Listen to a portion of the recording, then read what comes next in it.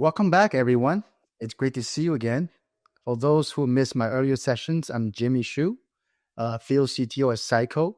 I'll be your host for this next session. So today we're going to talk about a very important topic. To effectively manage risk in today's complex software environment, which basically runs our world from business to critical infrastructure and all of our AIs, we need to fundamentally understand what constitutes a modern application and how that understanding shapes our approach to security. We then need to broaden our perspective beyond traditional application security to encompass the entire software product ecosystem.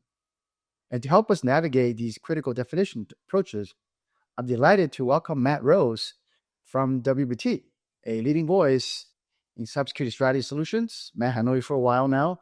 Very excited to be here with you. Matt, welcome. Thanks for joining us. Thank you for having me. Appreciate the invite. Matt, so why don't you introduce yourself a little bit? Sure. Matt Rose, official title is Global Application Security Architect at Worldwide Technology, or more commonly referred to as WWT. Been in the AppSec industry a long time now, pushing 20 plus years, seen a lot of change, see a lot of, just movement in the industry based on the way software is being developed is constantly changing. Had pretty much every role from a SE to a SE director to a field CISO and field CTO myself multiple times, and just love talking about AppSec and best practices, and hopefully you'll pull some nuggets of interest out of this presentation today. Thanks, Matt. Yeah, I'm personally very excited, right? It's going to be a very practitioner-driven conversation. For the audience, might be, dressed in disguise today, but he's also known as the glass guy, a glass board guy. If you remember Matt, I remember Matt's talking about ASPM, 2 years ago? So it's definitely a lot changed. The history of the glassboard, Jimmy, was I used to do solution architecture sessions with markers on a board, and then we had that small pandemic a little while ago, and I had to get creative, and the glassboard series were born. Yeah, so it's great to have Matt back. Okay, so let's get to it. So to set the stage, right, obviously we talk about the evolution of the application, security application development. I remember it's been 25 years, right? I think 2003 is the first time there's around OWASP, SaaS DaaS in the world, right? Traditional on-prem, we have very monolithic applications, right? OWASP found about 20 some years. And then you fast forward, right? There's the DevOps, DevSecOps, and then you have cloud native, and then you have AI. So a lot have changed in the software development in the last 20 some years. When that changes, the definition of application should change as well, right? From monolithic to service-oriented, right? Microservices, deployment cloud, everything is all components application. So just in 2025, Mac, what do you think is the definition of an application? Now, it's a question I ask when I present or have any type of discussions with clients is I like them to define the application for me, what an application is. And I like to be as simplistic as possible to start. Is Amazon.com one application or 1,000 applications all interconnected on the back end? The concept of just writing some code, getting some dependencies, some open source packages, and creating a binary to deploy to an app, a web app server or something like that, it's not the case anymore because you have that interconnected nature of APIs calling other systems for functionality, for data. And hey, those systems call other systems through APIs. So when you're talking about application security, you're thinking about this mind map of an ecosystem of interconnected systems that are all working in concert to provide the functionality. And you mentioned the monolithic apps in the past. Well, okay, that was one monolithic app. It ran by itself. It had one database typically. Now you're potentially accessing information from all over the place that you don't know what the security posture is of those things in any way, shape, and form. You're just assuming they're doing the right things as well, which is a huge problem because if you're just looking at the binary for application security risk, you're missing a major part of the potential risk landscape. Thank you, Matt. Yeah, so I often always say that, it cannot just look at the application anymore. It's ecosystem around it, right? So it gets a lot more complex as a definition. So given that shift and expansion of attack surface or anything else, how should organizations be viewing application security more to effectively identify drive down risk, given that the definition have significantly changed of what constitute application? Yeah, the biggest thing is application security scanners or tooling have evolved to support the new ecosystem of an application. You're talking about first party code, second party code, third party code. You're thinking about the interactions of all of those aspects, including scanning the source code, scanning the open source packages, scanning the application at runtime, scanning it in a test environment. The problem is, historically, a lot of organizations have kept those things in buckets. So we've changed the way we develop software. So now all of a sudden we're adding all these additional scanners. And I like to call them the YASTs of the world. And there's a new acronym for you, yet another security tool, because you need to support source code scanning and runtime scanning and open source and all the other permutations out there. The problem is, historically, all those vulnerabilities were kept siloed in their own, kind of mountain of youth, not of youth, but of specific vulnerability nature. So in the modern world, how do you compare the results or the vulnerabilities and the ranking of the vulnerabilities in source code compared to runtime? Everybody wants to work faster and are not looking really to be overwhelmed by a tsunami of vulnerabilities. How do I find that high fidelity vulnerability in all the results of all these new scanners? And that's the challenge. And one of the things with the what is an application, it's that talk track to say, let's break down these silos and look at risk holistically across everything, and only work on the high priority issues that are cross pollinated across all these scanners first, instead of trying to say, hey, I'm just going to work on the source code type vulnerabilities or the runtime type vulnerabilities. That's an exercise of futility in my mind. Yeah, absolutely. I can remember, I could see, right? One of the things, personally, I've done a lot of DevSecOps work, right? One of the things that DevSecOps kind of break down, people call it the shift left, is dead or is not working well, is because I think it's equally related to what you're talking about, which is as the complexity of application, kind of gets more complex, you need, for lack of a better term, you need more tools and more scanners. It's not because you need more tools, it's just because you got to look at different layers, right? The APIs of the becomes kind of adjacent, so it's cloud security. But when you think about having all of these extras added in, yet another security tool, yet another one to integrate, automate the pipeline, produce a lot more Jira tickets, it creates that noise as you're talking about, right? So, and then we talked about, as you mentioned, that because of that, in order to kind of get us back on track to be holistic and comprehensive, we need a more of a unified approach and unify all these kind of silo findings, right, to something that's actionable, that's prioritize that. That's what you're saying, right? Absolutely. Yeah. So with that, and how do you see an ASPM provides that unified and comprehensive view of risk across that landscape with all these scanners, all these different layers of risks that now surface from various different siloed tools? Yeah, and I mean, when you say ASPM, and this is something I've talked about a lot, is really I see there's like three disciplines of ASPM. There's the correlation ASPM that's just ingesting the data from the scanners and maybe the cloud infrastructure, or the IAC, or those type of things. There's the ASPM plus, which is that same correlation type engine in addition to native scanners to either augment or replace existing scanners. So again, the native scanners for SAST or SCA are now part of that ASPM solution. And then the third is that visualization kind of automation of threat modeling, where you're ingesting the code to create a visualization, a mind map of the services and how they interconnect.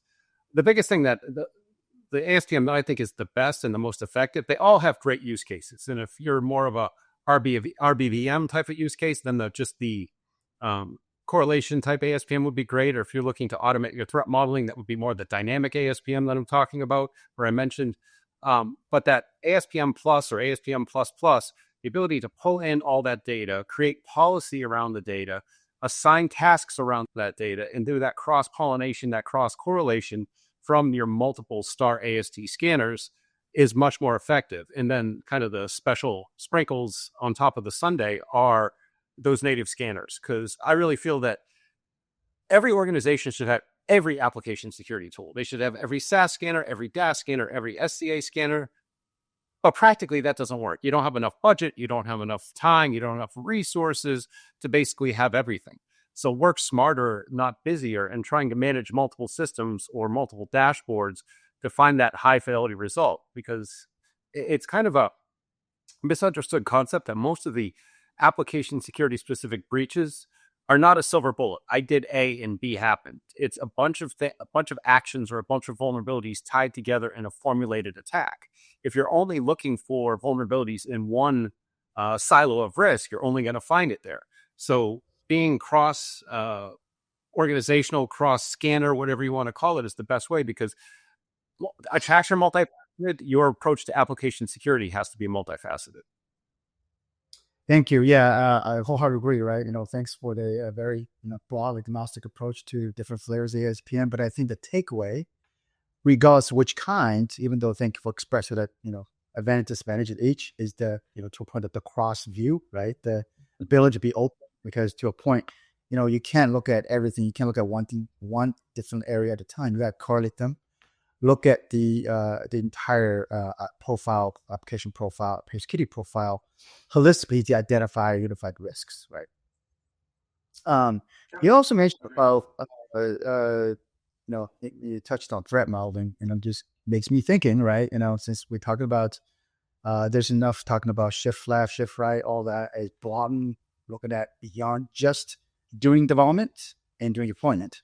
I think that threat modeling, along with others, although a very old concept in security architecture, is getting increasingly more important as we shift to the design phase. And there's also been a lot of discussion around product security and a lot more roles, product security roles, right? You see a lot of product security hiring job openings, the titles, which I know that at Cycode we just had a product security all-star events. So when you see product security, right, as many think that it's a more mature evolution of application security, look at the entire product ecosystem, not just during development, the deployment, right, even at the design, at the end, the maintenance, operational phase. What's your view? Can you elaborate on this? And what's your view on the holistic, comprehensive nature of product security versus app security? I think it's a great move by the industry as a whole. The reason being is, think about it this way. Application security was responsible for actually assembling of the application, or let's say it's a vehicle, and then somebody else is responsible for test driving it. Somebody else is responsible for selling it. Somebody else is responsible for the maintenance on it. When you're actually doing that, you're actually just hoping somebody else does the right thing. So in the application security world, you'd build the application, test the application with all those star AST tools, give it a thumbs up, deploy it, and that it was somebody else's responsibility to, put that into a data center or put that into a cloud infrastructure, maybe multi-cloud environment. With the product security, now you're responsible for all the aspects and care and feeding of that application, which I think is a much better approach, because typically one of the biggest ways that application, or most common ways applications are breached, is identifying the unknown or miscommunication of a configuration or a setting or a deployment model. So when there's one person or one team that is responsible for all those things with subject matter experts underneath them, now you have that clear and concise understanding. I always go back to the fact that even on the app side, apps evolve over time. They're not written from scratch every day. They're Frankenstein's monsters. They've been updated with branches and feature releases and bug releases and major overhauls, all those type of things. It's very rare that you find one person that understands the complete architecture, because the thing is constantly evolving. The application is constantly changing. And I think that's a problem, because the unknown, if you don't know where to look for something, you're never going to find it. And that's where product security comes in and does a better job at that, to understanding the cradle to grave aspect of the application and the consistent improvement and changes associated with said application. And think about it, there's an application portfolio that's sometimes thousands of applications. It's almost an exercise in futility to think that just application security can handle the risk identification or remediation by being separate from the conversation from, say, the cloud team. Absolutely. Yeah. I mean, we have I've seen a lot of these silos, right? And I think one of these things is that as we talk about the ASPM kind of thing, from a technology perspective, unifies kind of the silos, right? The different cross teams. Product security is probably, from a people and organization perspective, unifies the team, right? Looking at the application. You say there's a strong correlation between product security and ASPM? Absolutely, it's the same concept in a different definition, I would say. So, product security is going across all the aspects, and ASPM is again going across all the different data points and policies and procedures for managing those things. Yep. So, Okay. Yep. So I know, I think everybody kind of sees what we're talking about, how wise view to view a modern application as a unification of many different styles of layers, right? In order to look at, managing effectively the application risk, layer on top of a product security organization that sits on top of that to manage the end-to-end application profile. One thing I want to also talk about, right, is the tip we'll call the hidden layer, which is embedded into what we discussed, but to call out specifically around soft supply chain. So way past the SolarWinds, the Log4j, and all that, right? Let's talk about 2.5 months ago, TJ Actions, right? The GitHub Actions workflow as one of the most recent uh, uh, soft supply chain related incidents or breaches or potential breaches. How does that soft supply chain fit into the discussion that unified application security? Why it's important, being part of this whole unified ASPM discussion. well, I think it's hugely important, and I've been very passionate about this. It's one of my kind of topics I'm very interested in from this aspect. Thinking about what you just mentioned, SolarWinds, 3CX, CodeCop, all of these were supply chain attacks in one way, shape, and form. The thing that was unique about them was they're all novel when they happened. They were not identified and they were net new. For some reason, the industry analysts just kind of anointed software composition analysis or SCA as software supply chain security because modern applications, depending on what article you read, are 60 to 90% open source, and you just basically have the inheritance and the supply chain and the software bill of materials of the open source packages, you're good. But guess what? Those three attacks, SolarWinds or 3CX or CodeCop, were all about malware. And that's the difference thing that you have to think about is what's the difference between malware and a vulnerability? A vulnerability is something that functionally works as is expected, but does some things, some extraneous things you weren't anticipating. And it's the responsibility of the application security professionals, or as we just mentioned, the product security professionals, to find those things and remediate them. Malware is just a bad dude. It was created for bad. It was never meant for good. But the ways that it can be actually introduced into your environment, whether it's at build time, whether it's through stealing of credentials, whether it's an issue with signing of the package, there's many different ways this can happen. So I always like to say that software supply chain security is like the concept of a final exam. You've done all your homework testing at every step of the process of building the application, verify that deployable object, whatever it is, that it is copacetic. And it's not going to be screaming malware, malware, malware, because most of these attacks are novel and new. Look for the fingerprints, the DNA trail of what malware tries to do to actually execute itself. That's the biggest way to find it, and have a final exam of the package to say, hey, is this copacetic? Does this look like it is something that we did in this small feature release? Why were 1,000 files changed when it was only supposed to be a small feature release? Those are the litmus test, or the kind of sniff test, as I like to say, to see if this thing is potentially compromised. I mean, organizations have even gone down the concept of like the digital twins having two build pipelines and then comparing the result. And if there's something off, something has changed in one of those build pipelines. That's more of a graduate level course, but it's still an effective way to see if something potentially went sideways in that whole supply chain build process. Thoughts? Well, you're nail on the head, right? And I really like the fact that you talked about, which a lot of my customer conversations recently, I find that a lot of times in terms of soft supply chain security conversations have to educate that soft supply chain security does not equal to SCA. Yeah, like you mentioned in the beginning. Not. Is not, right? And I think that's the takeaway for the audience. And I think it's also the fact that even just in your example of looking at the malware behavior, I mean, that's actually what have caught, right? What was detected, the TJ actions, looking at the behavior of the execution of the supply chain artifact. So Absolutely, right. And I also recently talked, I wrote a blog about this. There's actually last month, there's security researchers looking at attackers actually had automating the creation of malwares in npm, creating accounts and emails and automating a lot of those things. So to make sure the audience takeaway is that it's beyond just scanning your open source libraries, as far as software supply chain is concerned. Now let's no, let's talk about something practical, right? Knowing all that, the change of the landscape, right? We talked about supply chain. We talked about why you look at application in unified view, that the definition of application has expanded.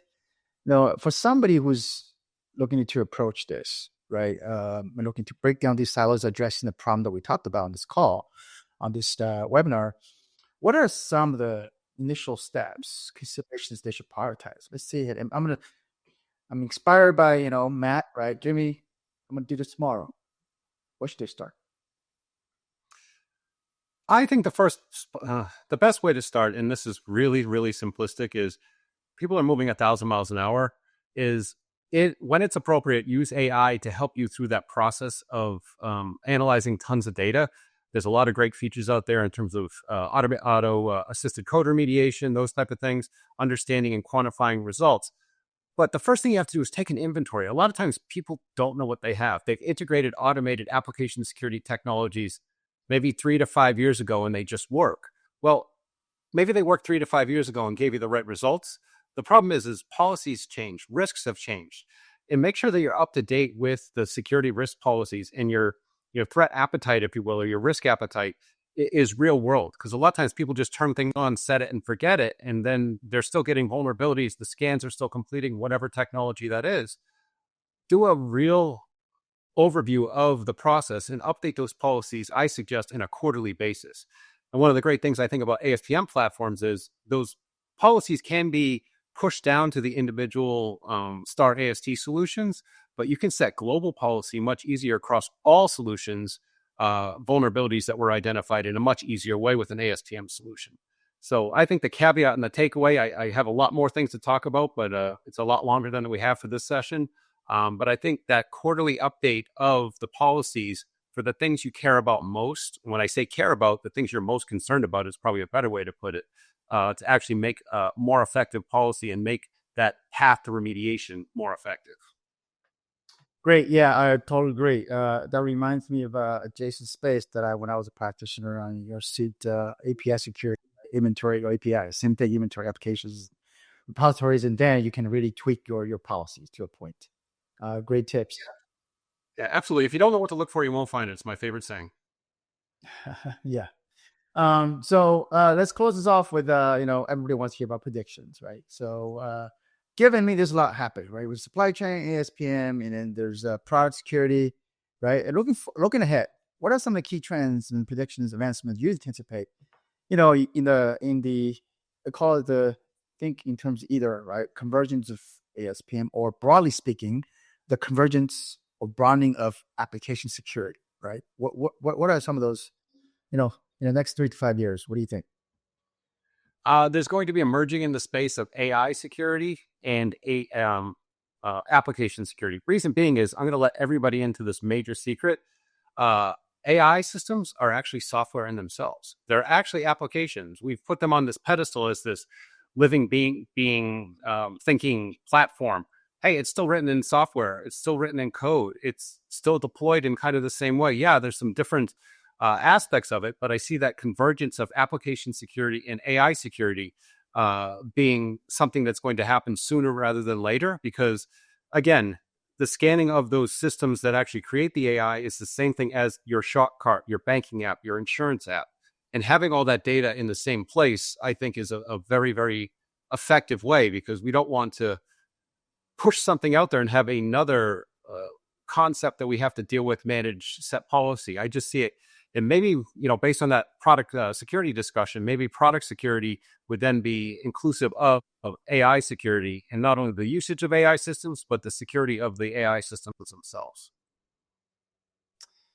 Thank you, Matt. Yeah, it's a great great comments, right? What is an application nowadays, right? And even all the development stuff. So obviously, I think takeaway is that it's securing AI is just like securing application, right? So obviously, there's all of innovation happening in AI for security, but let's not forget the importance of security for AI. Matt, Yep. it's been great, truly insightful discussion on this topic, leading to break down risk silos and embrace a unified approach to ASPM supply chain security. It's always a pleasure talking to you and hear your point of view. And with that, we'll see you next time. Thank you for having me, Jimmy.